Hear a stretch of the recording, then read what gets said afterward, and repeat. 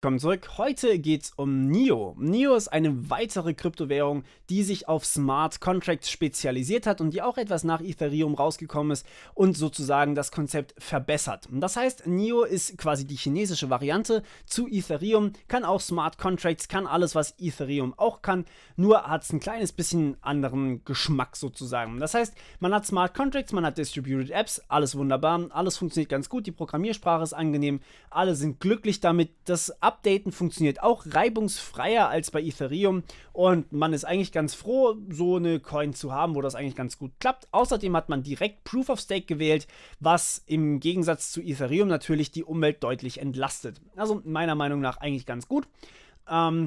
Skaliert auch sehr, sehr gut, diese Coin. Das sieht man daran, dass aktuell tatsächlich 1000 Transaktionen pro Sekunde durchgesetzt werden können. Geplant ist für, ich glaube, 2 Jahre von jetzt, also 2021 oder 2022, bin mir nicht genau sicher.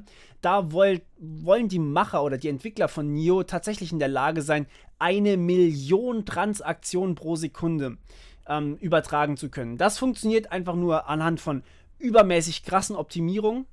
Denn die Blockchain ist eigentlich gar nicht so groß, muss man schon sagen.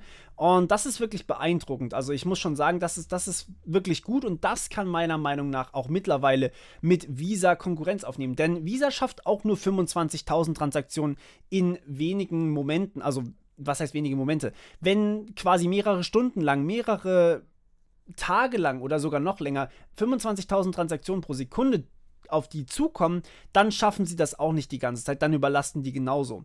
Und die 1000 Transaktionen pro Sekunde sollte eigentlich recht ausreichend sein, wenn man das mal so betrachtet. Also ich meine, 1000 Transaktionen, da kann man schon echt einiges mitmachen. So, Problem ist natürlich, diese Coin kommt aus China. Und wir wissen alle, dass China teilweise Probleme hat mit Kryptowährungen. Also manche Sachen wurden auch schon verboten. Unter anderem war mal geplant, Bitcoin zu verbieten komplett. Also man hat da natürlich einige Probleme und es kann passieren, dass einfach die Regierung dafür entscheidet, einfach Bitcoin oder NIO, sorry, meine ich natürlich, NIO komplett zu verbieten, sprich die Entwickler müssten dann irgendwas machen.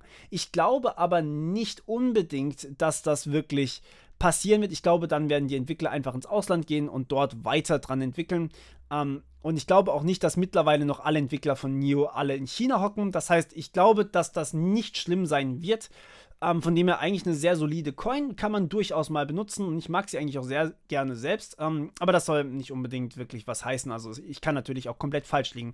Nichtsdestotrotz, auch im Kurs ist NIO in letzter Zeit stark gestiegen, also zusammen mit anderen Kryptowährungen, was eigentlich immer der Fall ist, aber ja, durchaus eine Alternative zu Ethereum meiner Meinung nach.